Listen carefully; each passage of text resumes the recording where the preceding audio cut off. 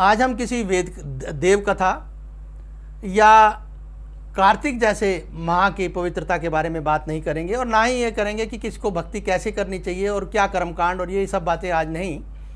हम सामाजिक सरोकार से जुड़े जो हमारे दायित्व हैं, सामाजिक सरोकार से जुड़कर हम ईश्वरीय जो हमारी प्रार्थना है, पूजा है, अर्चना है, आराधना है, बंदगी है, उस पर बात करेंगे। वो कैसी होनी चाहिए। ये हम और आप सब जानते हैं कि आज एक घोर बाजारवाद से हम गुजर रहे हैं। भव्य मंदिरों का निर्माण हो रहा है, पहले भी होता था, लेकिन पहले हमें ये भी देखना होगा कि मंदिर जो थे वो कब हमारे भारत में शुरुआत हुई मंदिरों की। ये एक इतिहास है, करेंगे बात, इस पर भी करेंगे बात, लेकिन अब फिलहाल जो हो रहा है हम उस पर बात करना चाहेंगे। मैंने आज से 10-12 वर्ष पूर्व एक लेख लिखा था, भक्त, भगदड़ और भगवान। मंदिर विशाल होते जा रहे हैं, भव्य होते जा रहे हैं, उतनी ही भक्तजनों की, श्रद्धालुओं की भीड़ बढ़ती जा रही है। मेरा सवाल इतना ही है कि ईश्वर का और इंसान का, मनुष्य और ईश्वर का रिश्ता तो एक सनातन रिश्ता है, बहुत पुराना रिश्ता है। और क्या हम भव्य मंदिरों में जाकर भीड़ का एक हिस्सा बनकर ईश्वर से कोई खास संबंध बनाते हैं? यह सवाल है, सामाजिक सरोकार का है, एक चिंतन का है और सामयिक है। इस पे होना चाहिए। हम भीड़ का हिस्सा बनते हैं, असामाजिक तत्व मौके की ताड़ में होते हैं और वो कोई ना कोई अफवाह या कोई ना कोई ऐसे कृत को जन्म देते हैं कि भगदड़ मचती है, और भगदड़ में इनोसेंट कहें या निर्दोष व्यक्तियों की मौत होती है, उसमें विशेषकर महिलाएं और बच्चे होते हैं। अच्छा, ये तो रही एक बात। इसके साथ साथ बड़े मंदिरों में, जो स्थापित मंदिर हैं, उनमें वीआईपी दर्शन का भी एक चलन चल चुका है। मेरा मतलब आप बड़ा स्पष्ट रूप से, मैं भी उसका एक हिस्सा बन चुका हूँ। मैं किसी मंदिर को अब कोट नहीं करूँगा। राजस्थान में गया था मैं, तो मुझे उसका एक हिस्सा बनना पड़ा और पैसे देने पड़े वीआईपी, और लेकिन वीआईपी में भी उससे ज़्यादा रश था जो एक साधारण का रश। ये आज मंदिरों की स्थिति है। बहुत से धर्मस्थलों में, अन्य में होगी, हो सकता है वहाँ पर भी हो। और भगदड़ तो हर जगह मची है। आप किसी और किसी धर्म को भी झांक के देखोगे, हाल ही में करबला में भी हुआ, और ये कहीं पे भी देख लो, भगदड़ तो किसी भी जहाँ भीड़ हो सकती है, वो धर्मस्थलों पर भी हो सकती है, कहीं अन्य स्थानों पर भी हो जाती है। लेकिन ये भीड़ जो क्यों बढ़ रही है, सवाल ये है, विशेषकर हमारा, क्योंकि ये सुप्रभात कार्यक्रम धर्म से जुड़ा है, भगवान की भक्ति से जुड़ा है, इस करके हम धर्मस्थलों को ज़्यादा ले रहे हैं कि धर्मस्थलों पर आज भीड़ क्यों बढ़ रही है। क्या मनुष्य में भगवान के प्रति ऐसा प्यार उमड़ा है कि वहीं जाकर उसे वो भगवान के दर्शन होते हैं? क्या वजह क्या है? ये चिंतन के एक हमारा वो है। लेकिन वीआईपी की जब बात करते हैं तो वीआईपी पे तो मनोज कुमार एक बहुत भारतीय सिनेमा के प्रसिद्ध कलाकार हैं। उन्होंने बहुत सी फिल्में बनाई हैं। तो उन्होंने आज 40-45 वर्ष पूर्व एक यादगार फिल्म बनाई थी। तो उन्होंने एक गीत लिखा था इसी फिल्म में। उन्होंने नहीं लिखा, गीत लिखा गया था और महेंद्र कपूर साहब का गाया हुआ है। तो उसमें यह लिखा था कि आए जहां भगवान से पहले किसी धनवान का नाम, उस मंदिर को छोड़ के, इस तरह से, मतलब उन्होंने कहा है कि उस मंदिर को भगवान को छोड़ जाएंगे, कुछ इस तरह के बोल हैं। वो गीत हम आपको सुनवाते हैं कि वीआईपी दर्शन क्यों हो। बहुत मुमकिन है कहीं पर ज़रूरत होती भी होगी, हम उस अपवाद को भी नज़रअंदाज नहीं कर रहे। लेकिन इन जनरल जब हम बात करते हैं, वीआईपी दर्शन अलग हैं, आम भक्तों की जो दर्शन है वो अलग हैं। ये कैसा व्यापार है मंदिरों में कहें या कहीं और धर्मस्थलों की बात करें हम, ये कैसा व्यापार है? बाजारवादी सोच है या नहीं है? ये एक चिंतन का प्रश्न है। लेकिन इस गीत को आप सुनिए, आए जहां भगवान से पहले किसी धनवान का नाम। आए जहां भगवान से पहले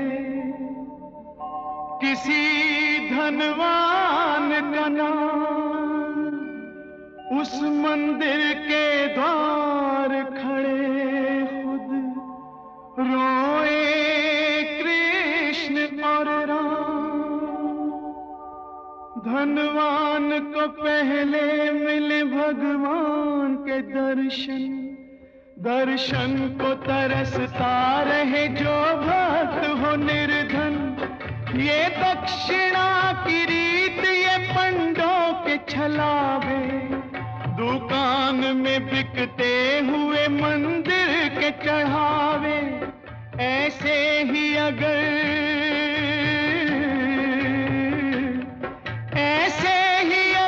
धर्म का व्यापार चलेगा, भगवान का दुनिया में कोई नाम न लेगा।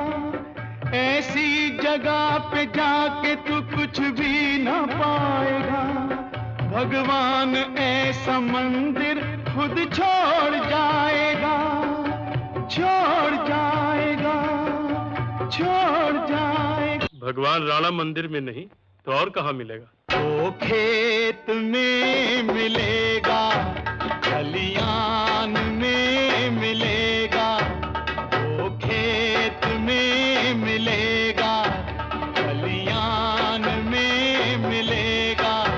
भगवान तो है बंदे,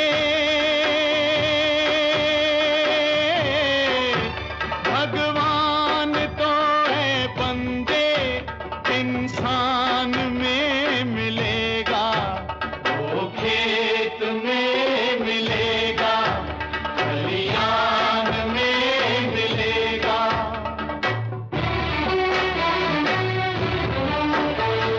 धनवान जो है झूठा, शैतान के बराबर, निर्धन अगर है सच्चा, भगवान के बराबर। वो ढोंग में नहीं है, ईमान में मिलेगा, वो खेत में मिलेगा। तो धर्मवृंदो, आपने सुना कि वो खेत में मिलेगा, खलियान में मिलेगा, भगवान तो है बंदे, इंसान में मिलेगा। बात तो ठीक है कि इंसान में ही मिलेगा। इंसान और भगवान का रिश्ता है क्या, किस तरह, कितना ये सुदृढ़, कितना सनातन, कितना पुराना और कितना सच्चा ये है, इसको मानना होगा, इसे समझना भी होगा। सिर्फ भीड़ का हिस्सा बन के हम भगवान के साथ अपने रिश्तों की पुष्टि नहीं कर सकते। एकांत में भी लोग उसका सिमरन करते हैं, याद करते हैं। और हम ये भी नहीं कहते कि मंदिरों में नहीं जाना चाहिए, बहुत अच्छी बात है। धर्मस्थल बने ही इसीलिए होते हैं कि जाओ, अपनी श्रद्धा का इजहार करो, अपना उसके बताइए कि भगवान से जो मांगना है मांग लो। लेकिन इन संबंधों में एक प्रगाढ़ता भी आती है और उसमें हक जताता है इंसान।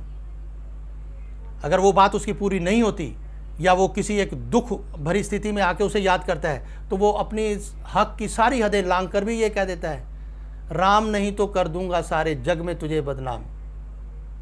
सुनिए ये गीत। दुनिया में तेरा है बड़ा नाम, आज मुझे भी तुझसे पड़ गया काम। मेरी बिनती सुने तो जानू,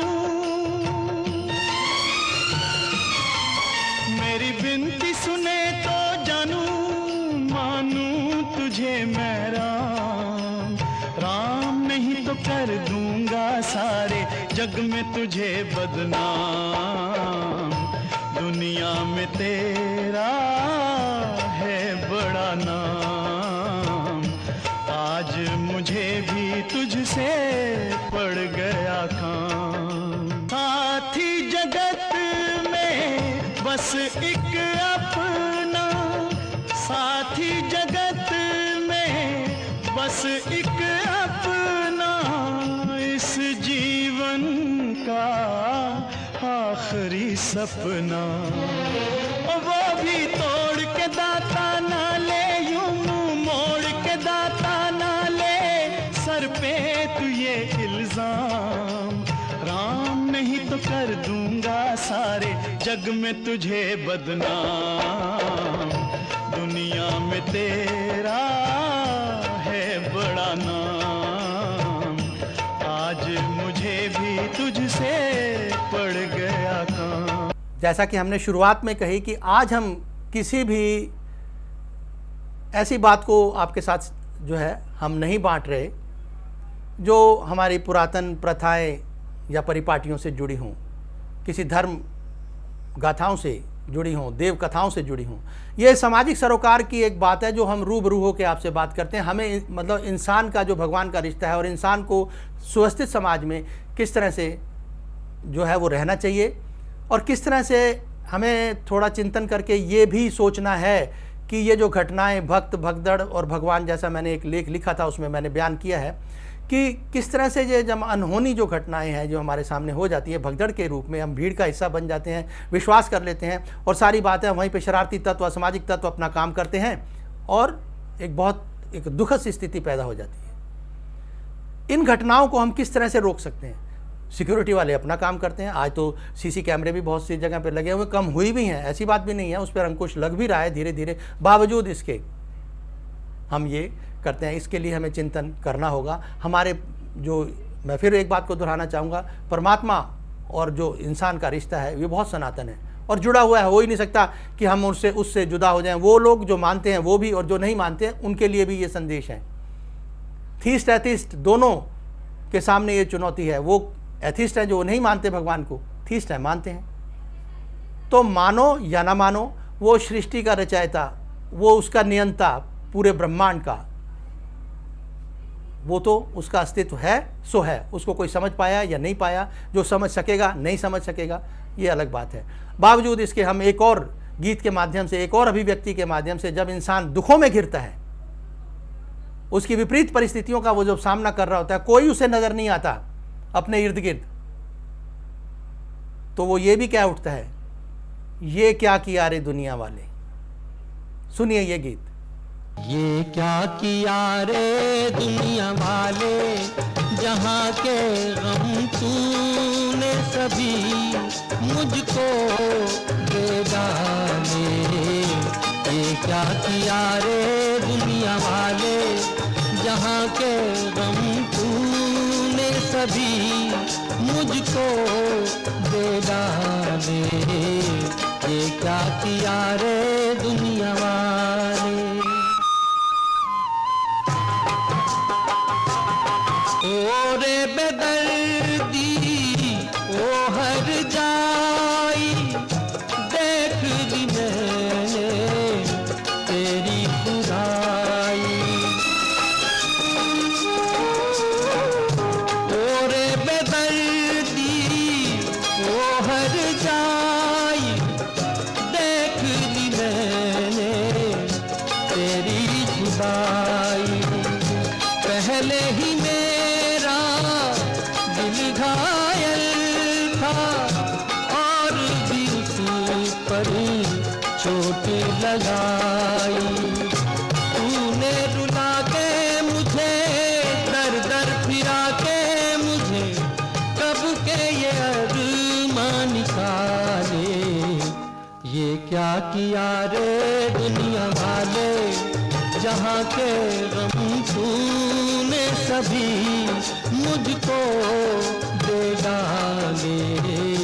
ये क्या किया रे दुनिया वाले। मुझे उम्मीद है कि ये बहुत साधारण अभिव्यक्ति में हमने कोशिश की आज के इस एपिसोड में समझाने की कि इंसान और जो भगवान का रिश्ता है वो कैसे हम समझ सकते हैं, कैसे उसको और भी प्रगाढ़ किया जा सकता है, कैसे हम भक्ति मार्ग पर चलकर उस रिश्ते को और भी सुदृढ़ कर सकते हैं, कैसे और भी ज्ञान को हम अपने भीतर समा सकते हैं। इसमें समझने की ज़रूरत इतनी ही है कि अगर हम भीड़ में कहीं खड़े भी हैं तो कितने सचेत हैं, हम ईश्वर को किस तरह से जानें। ईश्वर के साथ जो प्रेम है हमारा, जो भक्ति है, वो भीड़ में खड़े हों या ना हों, किसी मंदिर में जाएं या ना जाएं, किसी धर्मस्थल पर जाएं या ना जाएं, हम किस तरह से इबादत करते हैं, किस तरह से पूजा अर्चना करते हैं, मेरा बहुत व्यक्तिगत मामला है। मैं इसको एकांत में भी बैठकर समझ सकता हूँ, एकांत में भी उसको याद कर सकता हूँ और करना चाहिए मेरे। और भीड़ में भी कोई परहेज़ नहीं है, लेकिन वहाँ जो डर है, वो कौन लोग हैं जो व्याप्त कर रहे हैं डर, वो कौन लोग हैं जो बाजारवाद को व्याप्त कर रहे हैं, वो कौन लोग हैं जो वीआईपी दर्शन को बढ़ावा दे रहे हैं। ऐसे कुछ प्रश्न हैं, आगे शायद इस पर फिर कभी चर्चा होगी। लेकिन आज के सुप्रभात में सिर्फ इतना ही। आपने ये गीत सुने और इन गीतों के माध्यम से थोड़ा चिंतन हम समझते हैं कि करना ही चाहिए और करना होगा, ताकि हम किसी अप्रिय घटना को घटने से समाज से रोक सकें, उस पर अंकुश लगा सकें और सहयोग कर सकें उन लोगों का जो सिक्योरिटी प्रबंधन और जो धर्मस्थलों के प्रबंधन में जुटे हैं, हम उनका सहयोग दे सकें। नमस्कार।